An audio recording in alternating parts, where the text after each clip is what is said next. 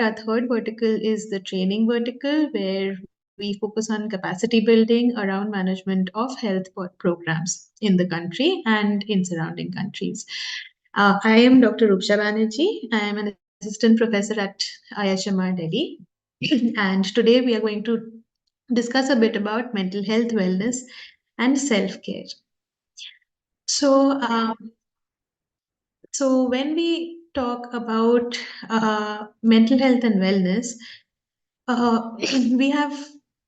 we have these questions in mind that what is mental health and what are mental health conditions. So there are a couple of questions here for you. So first of all, can you spot which of the following is a lie? There are three sentences that we have here. It's a game called Two Truths and a Lie, and we have one of these three sentences which is false and two of them which is true.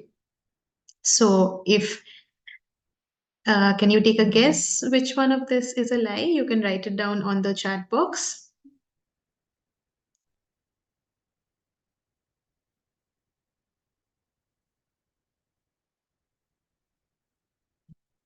All right. Okay. So yes, the sentence here, which is not true, is that people with mental health conditions are dangerous and violent.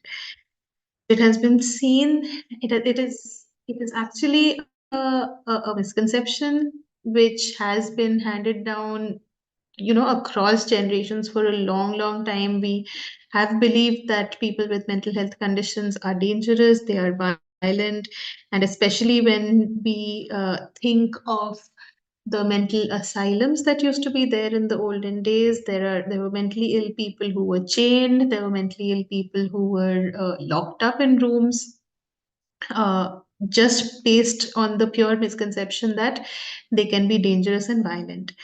But research across decades have shown that only 3 to 5% of violence, all the violent acts that are reported, can be attributed to individuals who are living with a serious mental illness.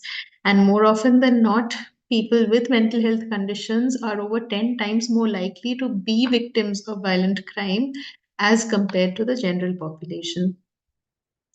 The second one. So, out of these three sentences, which one do you think is a lie or is not true? So, correct. Mental health conditions are a sign of weakness and a lack of willpower. So, that is what we usually believe in. It is across societies, there is a misconception that having a mental health condition, being depressed, being stressed, it is a sign of weakness, that we are not being able to cope up with, daily challenges, or that we are not able to cope up with events that happen in our lives. However, again, this is a misconception, this is a lie. And mental health conditions are not a sign of weakness, but they might result from a variety of factors, which we are going to look at what they are. So, when we talk about health and wellness, let's start from the overall concept of health. So, health, when we think about health, we usually think about, uh, being healthy as a person who is healthy does not have any disease, is fit and fine, and able to do everything in daily life. And that is what we usually think of health as, is that it is an absence of disease. There is no disease, so a person is healthy. However, over the years, this definition has changed, and now we know that health is not just absence of physical disease or ailments, but it is an overall condition where a person is physically, mentally, and socially fit. There is physical, mental, and social wellness. So, a broader term which we use now, which whenever we talk about it, whenever we look at news reports around us, we look at articles around us, a broader concept is being embraced now, which is the concept of wellness. So, wellness, like as we can see, is not just the physical dimension, but it has a lot of other dimensions, and when we are holistically, we are able to be in a good space with respect to physical, environmental, financial, emotional, spiritual, and all these other dimensions of wellness. Only then can we truly say that a person is healthy.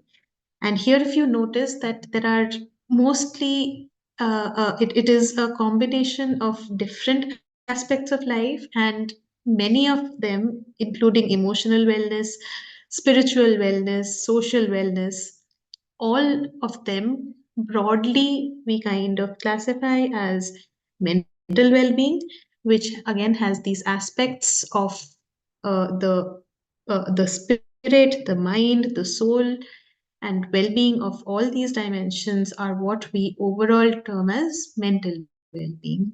So when we talk about mental health, it is not just any absence of disorder, but it is when an individual is able to realize what his or her potential is, can undertake daily life, can be productive at work, at home, in the personal space, and is able to contribute meaningfully to the micro and macro society.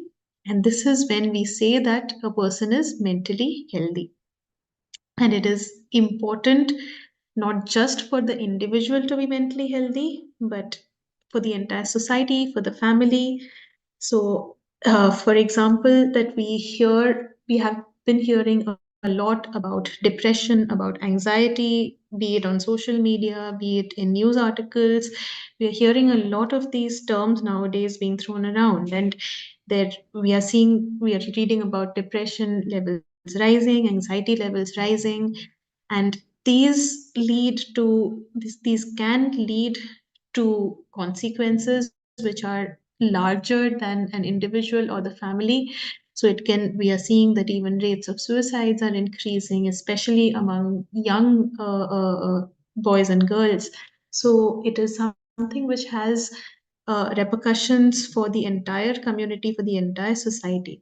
So understanding mental health is looking at it from the lens of the entire societal well-being, and therefore it is important to address what mental health issues are, how we can preserve our mental health, and how we can stay healthy among ourselves as well as the community around us. So what really influences our mental health? um, Broadly, we can it's not just everyday stresses, it is not just what we eat or how we sleep, but it is a combination of several biological, psychological, and social factors which actually influence our mental health. When we talk about biological factors, so what we eat, simple things like how we space out our meals, how much water we drink, how we plan our diet, how much we sleep, how much physical activity we get into our day. So, all of these influence our overall mental well being. Along with this, like we know that uh, in today's stressful life, there is increasing substance use that is happening among all age groups. And substance use again is related to mental health. What starts with maybe stress, what starts with peer pressure, is again mental influences which start substance use, and substance use again can complete the vicious cycle and make matters worse in relation to mental health. Physical health and mental health are very, very closely related. So, uh, I'm sure you must have heard or you must have read about how certain physical symptoms happen because of mental health. So, you might have also faced, headaches or a bloated stomach, or maybe acidity, so and or aches and pains after a long day, or having shoulder pain, or having eye pain. And all of these, you might have seen some connection to stress or to anxiety. And it is true that mental illnesses or mental disorders can manifest as physical symptoms as well. And vice versa, physical illness has a lot of bearing on mental health. So, physical disease is directly related to depressed mood, to hopelessness, to loss of interest in things we love. So, it is very, very closely connected, and not just simple ailments, but also we know serious illnesses like heart disorders again is directly influenced by mental health, is directly influenced by increased stress, increased anxiety. So these are all the biological factors that can influence our mental health, along with the psychological factors as well. Like we know, stress, pressure related to academics, related to work, related to personal life, related to debts and businesses. So, stress is directly a factor which can predispose to other larger mental illnesses, as well as trauma. So, when we talk about trauma, we talk about adverse childhood experiences or traumatic events like death of a closed one, or being part of an accident or being part of a disaster. So these are certain traumatic stressors, which again have shown to predispose people to certain types of mental illnesses like post traumatic stress disorders, or in fact, adverse traumatic events in childhood can have a bearing on mental health throughout a person's life. Social factors nowadays, especially, is becoming more and more important with increasing isolation because of work. So we don't see the kind of joint families that we used to have some time back. There is isolation because of traveling due to work, due to traveling, or migration due to studies. Along with this, the entire family structure is generally breaking down slowly. Then there are other things which we look at, which are causes of mental illnesses like discrimination, like violence, like isolation in old age, and especially now with increasing use of social media, increasing use of the internet, even though it has its boons, but also we are seeing direct influences on mental health. So again, it has been proved now, research is showing more and more that the younger that we start giving mobile phones to our children, the longer lasting impacts it has on their cognitive health later in life. So there are a lot of movements which are starting, which uh, can raise awareness regarding this very important issue of not giving mobile phones to babies and to children younger in early life. So these all these factors, either in isolation or as a group of factors, they can uh, increase, they can work together and affect our mental health in several ways. And when we talk about affecting our mental health, we need to know how to really recognize what mental illness can look like. When we talk about mental illness, the first picture that comes to mind is, it's probably depression, anxiety, psychosis. These are things which we have read about, which we know, and uh, from what we have heard, it's something which is a disease that we call it, like physical diseases. Also, it will have some signs, some symptoms, and that will really make us understand whether there is a mental illness or not. And mental illness, again, is something which is a spectrum. So it can manifest as various different symptoms, it can manifest as various different signs, which we need to understand to know that they can be a symptom of a mental illness.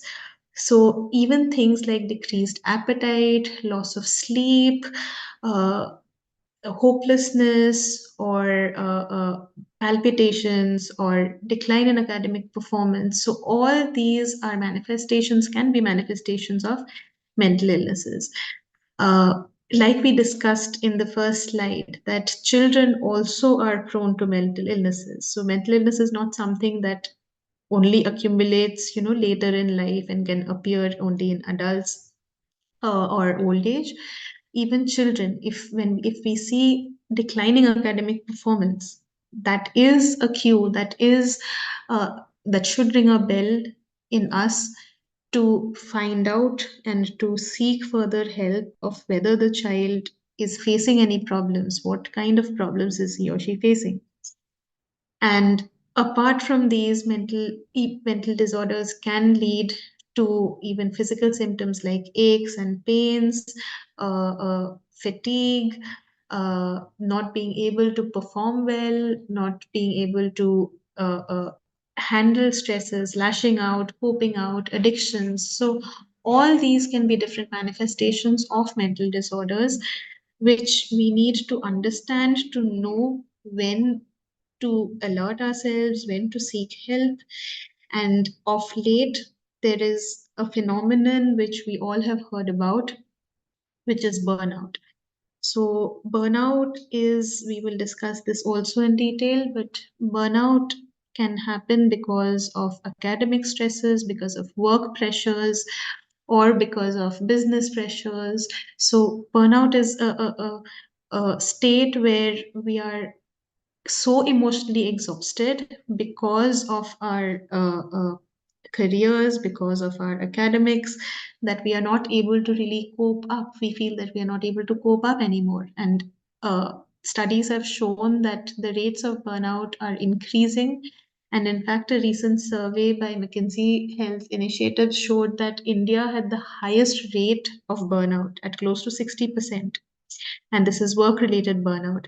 But even children, as young as children in school or early in college, are facing academic burnout, which can have long lasting impacts in their lives.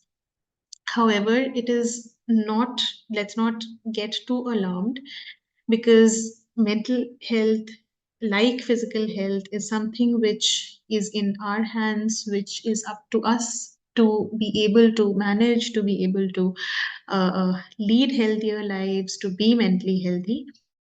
And when we talk about mental health, we should remember that it is part of being human. So, having good mental health or having imbalances in mental health is a part of daily life, is a part of being human. It is something which everyone has, and it is something which we need to make time for. It is not something which is just in our heads. It is not something which is a sign of weakness. It is not something which someone is faking or is deciding to have to maybe be get away from daily responsibilities. It is something which is up to us to be able to manage, but also we have to keep caution, because in today's rapidly changing fast paced world, it is very we can be very prone to mental illnesses very quickly.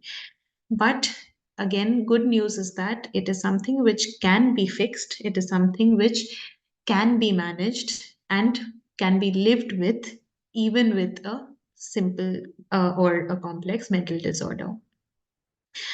So, what we need to know is how we can promote our mental health, how we can deal with the daily stressors, how we can make sure that we do not fall into the vicious cycle of daily stresses and mental disorders. So, at an individual level, what we can do is we can practice self care, we can take care of our bodies, we can take care of our minds, and we are going to look at how to practice self care.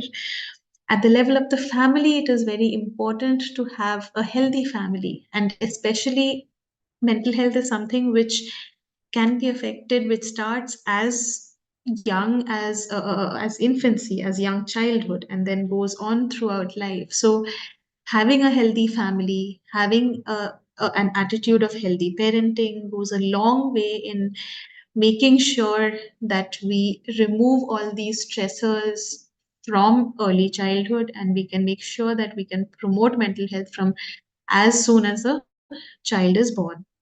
So research has shown that uh, uh, early childhood experiences, advanced adverse childhood experiences have directly led to common mental disorders in adulthood, like depression, like anxiety, but has also led to more severe disorders like conduct disorders and oppositional defiant disorders. So these are where children who we usually label as, naughty, as children who are getting into fights always, or children who are stealing, or children who are lying. So we generally tend to get frustrated, we generally tend to scold and to punish them, but this is where we need to make a change in our attitude and make and try to understand that it is happening as a result of some adverse childhood experience. And with healthy parenting, with a healthy family, it is possible to bring the child out of that vortex and to be able to provide the child with a healthy adulthood. And promoting mental health does not stop only at the level of the individual or the family, but of the entire community. It is a duty of schools and colleges, of workplaces to put together a mental health program, to put together for the students or for the employees activities and programs that can reduce the burden of work, as well as give some time to promote healthy relationships among the workplace, healthy relationships among school, and to be able to increase productivity of students and employees. Also, social structures. It's very important to have a social support system. It is important to have community uh, groups, and to have support groups and to have peer groups, so that especially for children it is very important, because nowadays, especially in cities, we see that there are no playgrounds, there are no mechanisms or systems put in place where children get together just to play, to run around. There is no space for that, there is no time for that. So these are things which are very, very important.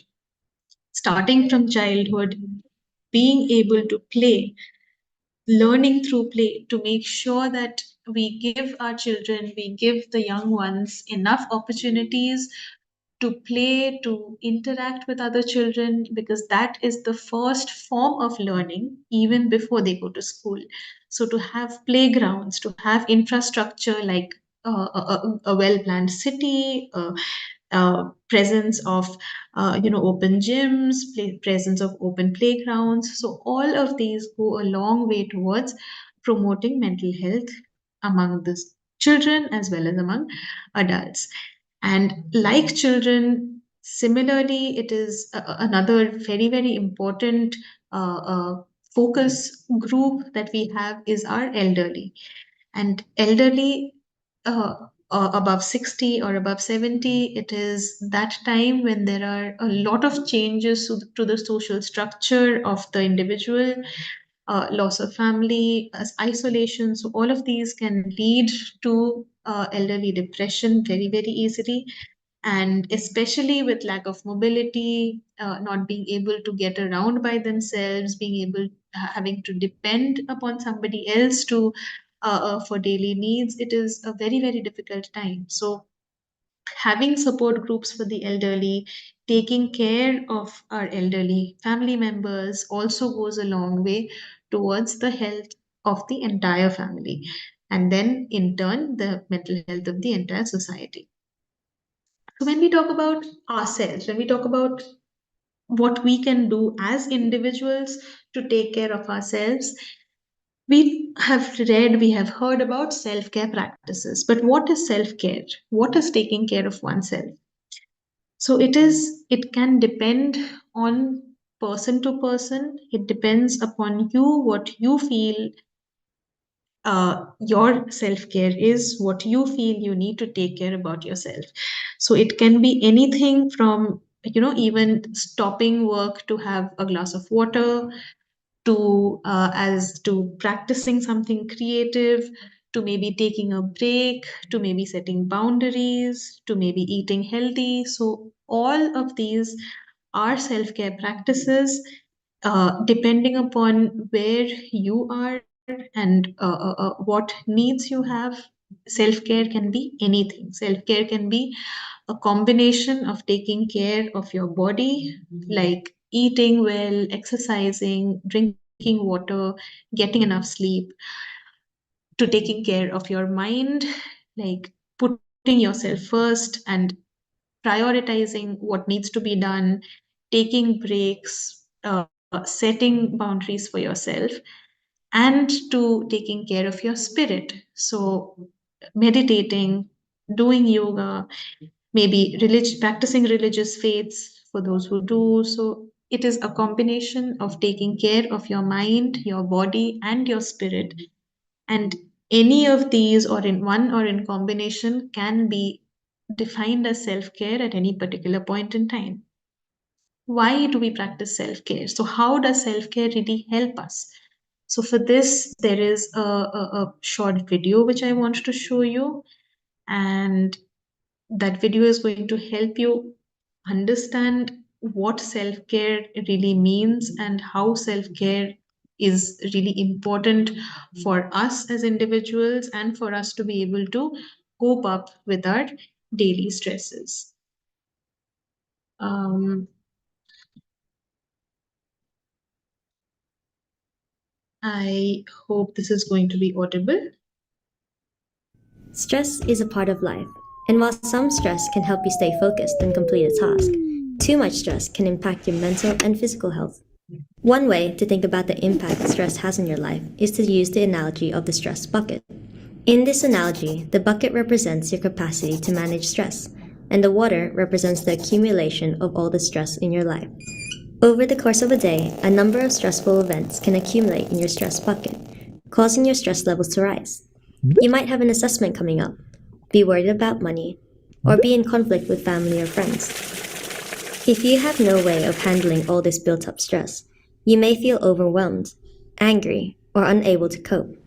Your stress bucket begins to overflow. And worse still, research has found prolonged exposure to everyday stress can make you more susceptible to anxiety and depression, weight gain, heart disease, and it can even weaken your immune system.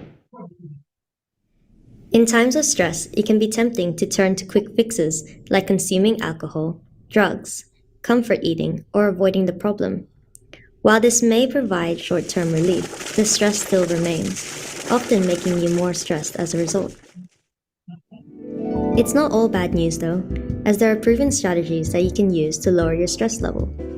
Mindfulness and relaxation techniques will not only help you handle your stress, but will also improve your memory and recall. Try breathing deeply and slowly, which will calm your body and mind. Exercise, go for a walk, and get your body moving. This releases endorphins, boosting your mood and motivation. Do something you love, like watching a movie, listening to music, or catching up with friends. Learn to control your time and prioritize. Focus on what needs to be done first. And be kind to yourself. Eat healthy food, sleep for at least 7 hours a night, and take it one step at a time. Finally, get some help. You don't have to manage your stress on your own, so get help from a counselor or friends. All these strategies are proven ways to reduce stress. Stress is a part of life, and while you can't control the stressful situations that come into your life, you can control how you respond to and manage them. That bit is up to you.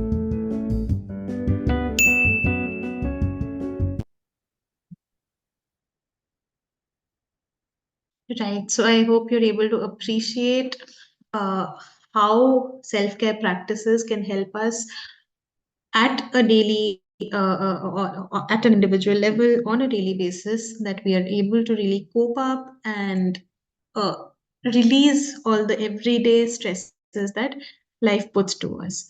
So don't be afraid to practice self care, even if it's for 5 minutes. So deep breathing, practicing mindfulness, practicing techniques of being grounded, to be to feel where you are sitting, to feel what is around you, to feel what you can see, hear, smell, touch, taste. So simple relaxation techniques can help us go a long way in dealing with these stresses. So even though it might feel like, what difference can 2 minutes make? But even 2 minutes, even a 2 minute break in between doing whatever we are doing and being able to practice mindfulness is something that can really go a long way in taking care of our mental health. So, sorry. So, usually, right now, what young adults and even older adults are really grappling with is burnout. It's something when I think we all might have faced it at some point or the other in our lives, when we feel that we have done too much and we are not able to perform anymore.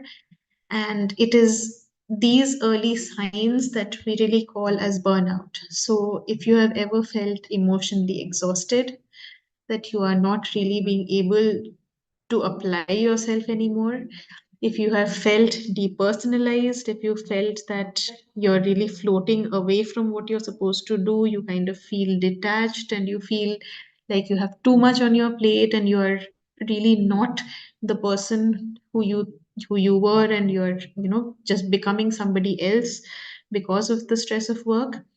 Or if you have felt a decreased sense of accomplishment where you feel that no matter how much you're working, you're not really getting there, or no matter how much you're studying, there is still so much left.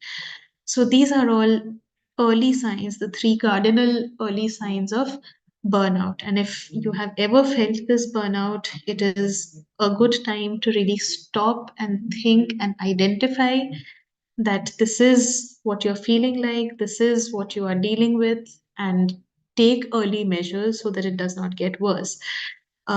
So recently, we have sadly heard the news about suicides committed by students in coaching centers. And we've had the new ruling also that has come very recently from the Ministry of Education, which has now put forward certain rules and restrictions and regulations for coaching centers. So burnout, if not recognized early, if not dealt with early, can lead to devastating consequences. And how do we deal with burnout? It is not difficult. We just have to really recognize and acknowledge it first, because at every point, burnout also is accompanied by a sense of guilt that, okay, this is what I'm supposed to be doing. I'm supposed to be completing this work. My colleagues can complete it. My peers can complete it. Why am I not being able to do it? Or my boss is asking me to do something, or my parents are expecting something from me and I'm not being able to live up to their expectations. So these are all early warning signs of burnout, and acknowledging it, telling ourselves that yes, I am being getting burnt out, is the very first step. And as soon as we feel that, it is really it is normal to feel that way, because there's so much of stress that comes with daily life now, because the increasing sense of getting into a race, the increasing sense of having to accomplish something, having to make a mark, or having to stay ahead of the rest of them, can be daunting, and it is normal to feel this way. But the moment we start feeling exhausted the to the point that we feel that we are stuck in a loop, and no matter how much we are working, we're not really getting there. So that is when we need to stop and reevaluate our priorities and our expectations. So how much really can we do, how much are we willing to do, and how much really needs to be done.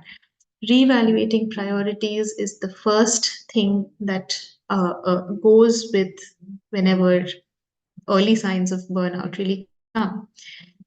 Always hand in hand, because this is the time when we are burnt out, is the point where we suddenly stop taking care of our simple physical needs, like drinking water, like eating nourishing food.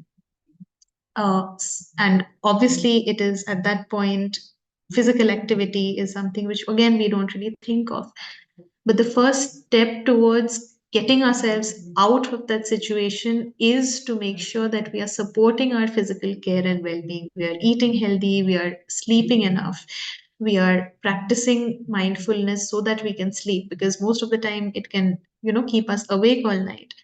But making sure that as far as possible, we tend to our physical needs, and along with that, nourishing the mind. So it's not enough to only nourish the body, it is important to practice anything which we like. So taking a break to do things we enjoy, doing something creative, uh, uh, uh, be it, uh, going back to our hobbies, or just making time to spend time with our friends. So anything that can really nourish our mind is something which we need to look to. Then including timeouts, even though we might feel guilty, but more often than not, including timeouts really improves our productivity at that point.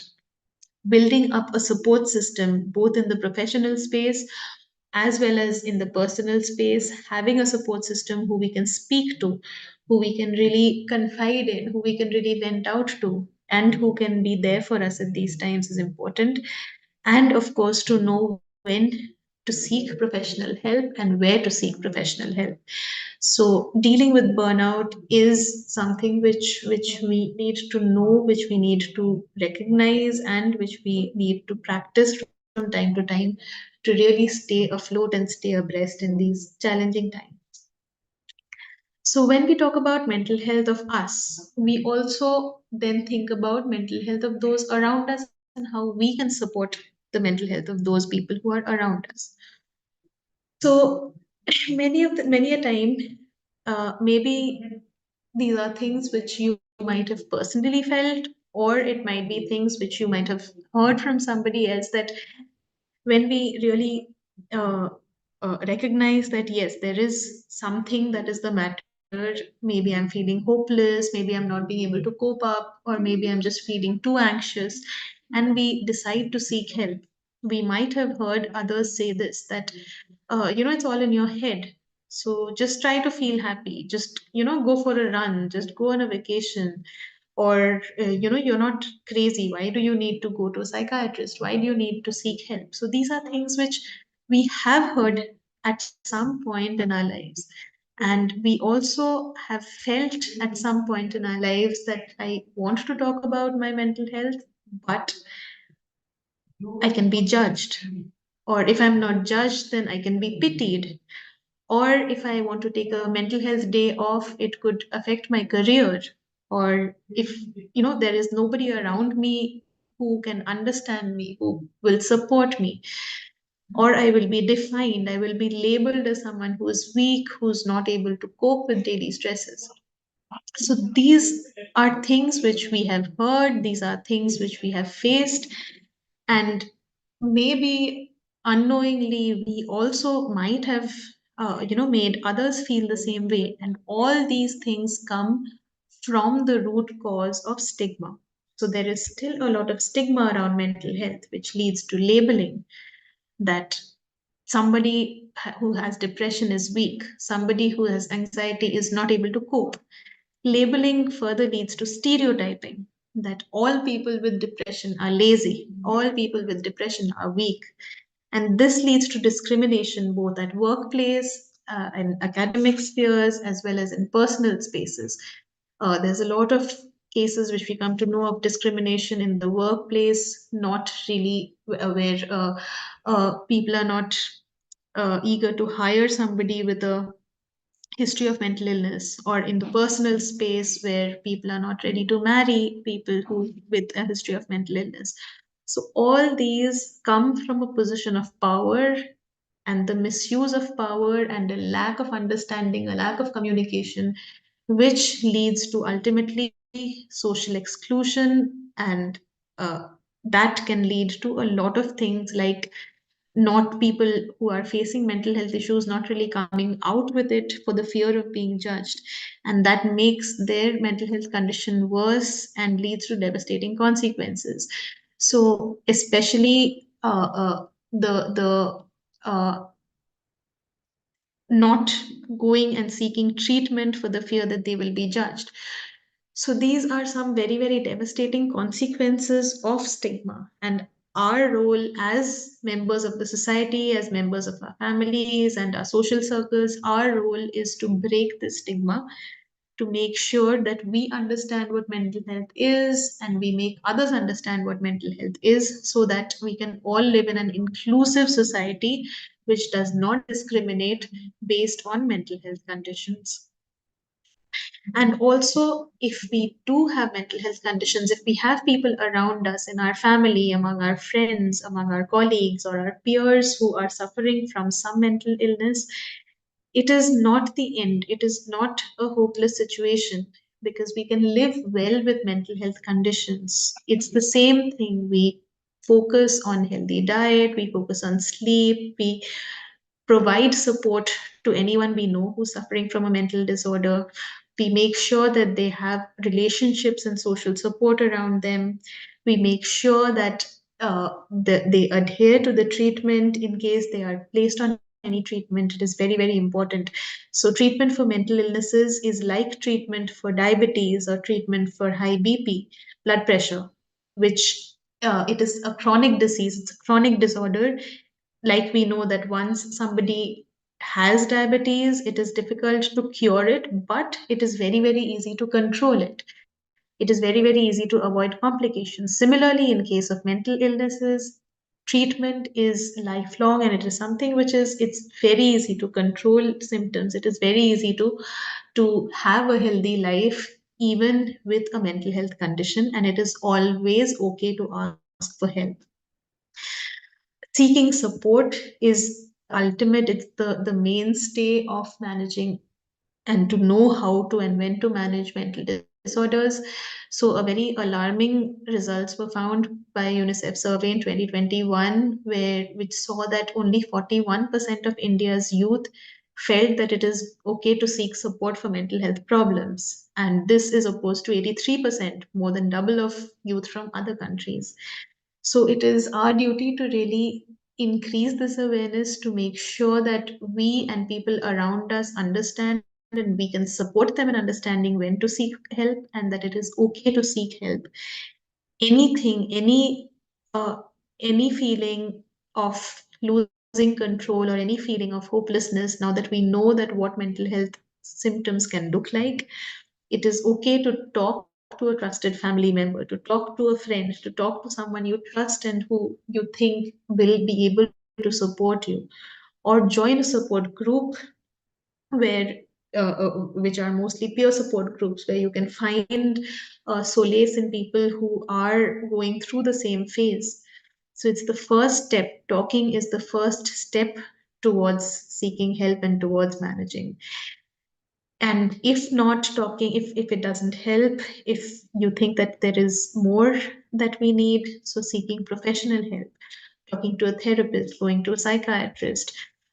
So in India, we now have the Telemanas program, which is a mental health service, an online mental health service, which provides free 24/7 services in helpline numbers, and psychiatrists who and mental health professionals who are there to speak to you whenever you need it, and you can call. This is also a crisis helpline. And last but not the least, just to continue spreading awareness, to continue gaining awareness, attending workshops and events which talk about mental health, following people who blogs which talk about mental health, which demystify all the myths and misconceptions around mental health, and making sure that you take everyone around you or everyone who you know on that journey towards understanding more about mental health, so that together all of us can actually build a mentally healthy society and community for everyone. And as Dr. Vikram Patel, leading psychiatrist in India, has said that there is no health without mental health. Mental health is too important to be left to the professionals, and mental health is everybody's business. So, with this, I end. And if there are any questions, you can please let me know.